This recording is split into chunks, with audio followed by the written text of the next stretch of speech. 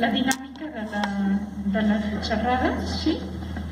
Farem primer un vídeo i després faré la presentació, després el doctor Toni Cabres farà la seva presentació, llarga, més llarga, i després ell està disposat a una sessió de preguntes. Llavors així serà. Segons què preguntin, si un tema física nuclear. Potser ara que veurem el currículum, potser sí que podríem contestar física nuclear. Si tens memòria, escolta, si tens memòria en tu telèfon, pues que la gravis a mi igual o pots Bueno, el vídeo que presentem en aquest moment l'envia l'escriptora Lolita Bosch, que ha estat en comunicació amb l'esposa del Jordi Cuixart, pres polític, i han pensat de fer vídeos per fer-los córrer arreu del món. Sí? Llavors, apoyant els presos polítics, els presos exilats, a l'esposa del Jordi Cuixart, Txell Bonet, doncs presentem el vídeo. És un vídeo curtet, parlat en castellà, perquè és per difondre'l a Mèxic, i bueno, a Mèxic no som tants els que parlem català. Llavors, ara us poso el vídeo.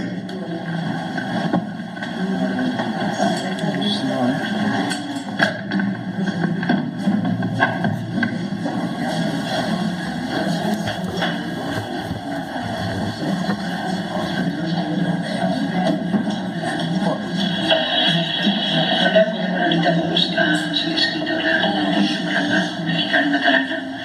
Hago este video en español. Espero que llegue hasta México y más allá para protestar por la situación política de Cataluña. Como muchos de ustedes saben, estamos haciendo una justicia tras la otra. Nuestra causa se entiende a veces mal afuera. Y cuando digo nuestra causa me refiero a nuestra voluntad de votar democráticamente, decidir democráticamente, escucharnos los unos a los otros y construir una sociedad de paz. Desde hace demasiado tiempo hay 4 personas en prisión y tenemos medio gobierno en el exilio. En prisión están nuestro vicepresidente, Luis Junqueras, el consejero anterior Iufón y 2 personajes de la sociedad civil que se han comportado extraordinariamente bien. Y cuando digo bien, me refiero a civilizadamente, a éticamente, moralmente, y nos han dado a todos una lección que hemos aprendido y que nos estamos enseñando los unos a los otros de solidaridad y de respeto. Son Jordi Cuixart y Jordi Sánchez. Estar en prisión preventiva, el gobierno español hace muy difícil que lo que está sucediendo en Cataluña se pueda escuchar fuera de las fronteras del Estado de manera correcta, pero confiamos que el mundo está lleno de demócratas y de personas que quieren el bien y la justicia. Y el bien y la justicia es que no haya presos políticos, que podamos expresar pacíficamente nuestras ideas y que no sea un delito pensar.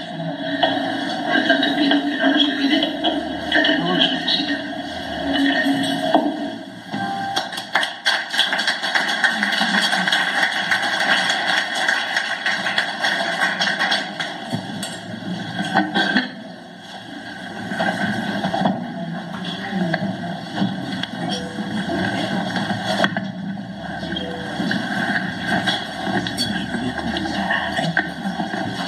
Sí, bona tarda, una altra vegada. Presentaré a Josep Maria Terri Cabres. En primer lloc, la seva currículum i després una mica el que ha fet en el Parlament. Ell és nascut a Calella el 12 de juliol de 1945. Té un... 45. Ja no ve d'un any, però és així. Té com càrrec actual Esquerra Republicana, és portaveu al Parlament Europeu. També com a càrrec institucional actual és diputat al Parlament Europeu. Com a formació i trajectòria personal, ell es va llicenciar en Filosofia i Lletres per la Universitat de Barcelona i es va doctorar a Filosofia i Ciències de l'Educació per la Universitat de Barcelona i també per la Universitat de Münster, Alemanya. Ha realitzat diverses estades d'investigació a la Universitat de Münster, al St. John's College de Cambridge, Anglaterra, i a la Universitat de Califòrnia, Berkeley, als Estats Units. Actualment, Terricabras és catedràtic de Filosofia a la Universitat de Girona. A més, hi dirigeix la càtedra Ferrater Mora de Pensament Contemporani. La seva especialitat és la filosofia contemporània i sobretot l'obra del filòsof Ludwig Wittgenstein. Com a trajectòria cívica, l'any 95 va ingressar com a membre de la secció de Filosofia i Ciències Socials de l'Institut d'Estudis Catalans. És l'introductor als Països Catalans del projecte Filosofia 318. També ha dirigit l'actualització del Diccionari de Filosofia del filòsof barceloní Josep Ferrater Mora. És membre de la Societat Catalana de Filosofia i la majoria de les seves publicacions estan dedicades a temes de filosofia del llenguatge, lògica, teoria del coneixement i ètica. D'altra banda, és assessor de la Revista de Catalunya i president del Comitè de Seguiment de la Declaració Universal de Drets Lingüístics i és membre també de l'Assemblea Nacional Catalana. Això ens fa veure una persona completament dedicada al coneixement, a l'acadèmia, investigador, amb una preparació sòlida, per dir-ho menys. Vull dir que és això un intel·lectual. Com a trajectòria política, és membre de Catalunya Sí. També va tancar la candidatura d'Esquerra Republicana per la demarcació de Girona com a independent a les eleccions al Parlament de Catalunya del 2012. Així mateix va ser el cap de llista de la coalició Esquerra Republicana, Nova Esquerra Catalana, Catalunya Sí, a les eleccions al Parlament Europeu del 2014.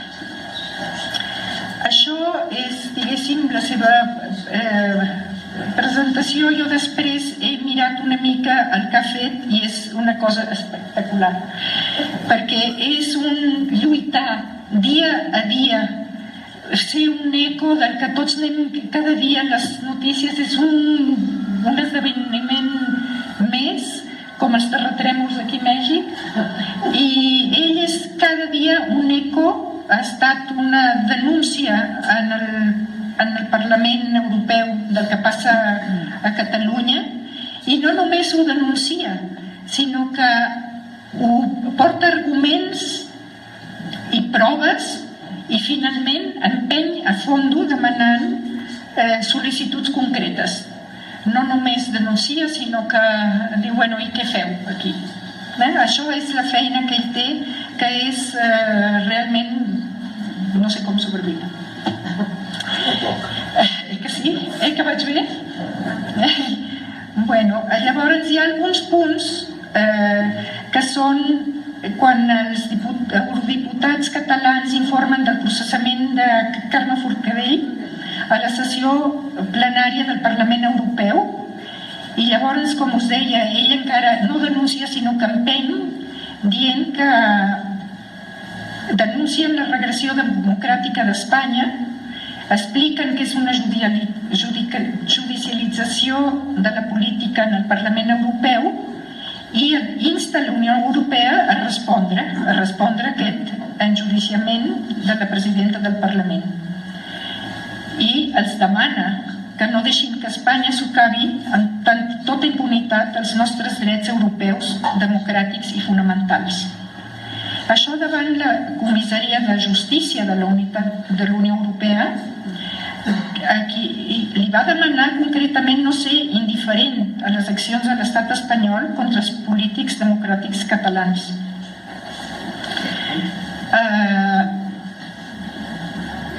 Després,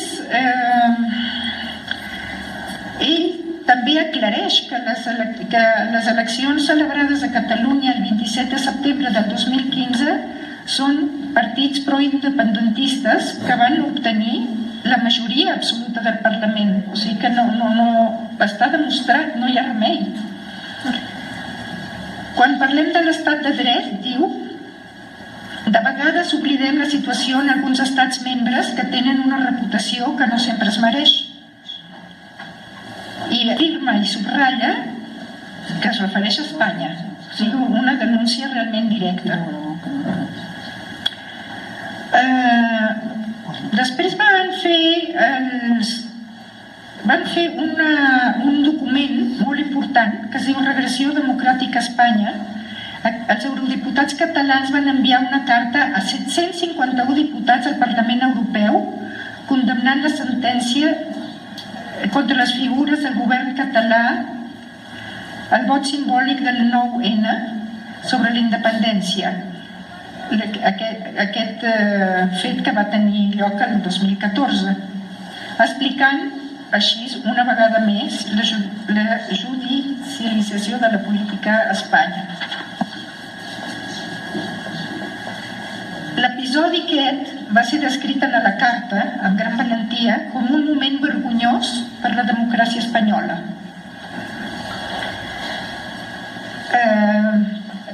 S'esplaia el document, no m'esplayaré, però és el moment aquest que tots coneixem, d'Artur Mas, Joan Ortega i Irene Rigau. I tot seguit, no amb aquesta carta molt forta, diu: els eurodiputats catalans van assegurar en la seva carta conjunta que la decisió del tribunal no impediria que els catalans expressessin les seves opinions a les urnes. O sigui que va anar preparant el terreny en el terreny més dur que ens hem trobat. Estan avisats, diguéssim, no? Després també ja va haver un moment que jo crec que és un moment que continuarà, on avisa que Mas recorrerà davant el Tribunal Suprem espanyol i portarà cases al Tribunal Europeu de Drets Humans si és necessari. O sigui, va anar obrint les portes per veure si, penso, doctor, que a veure si fluixaven, no? Però res, no?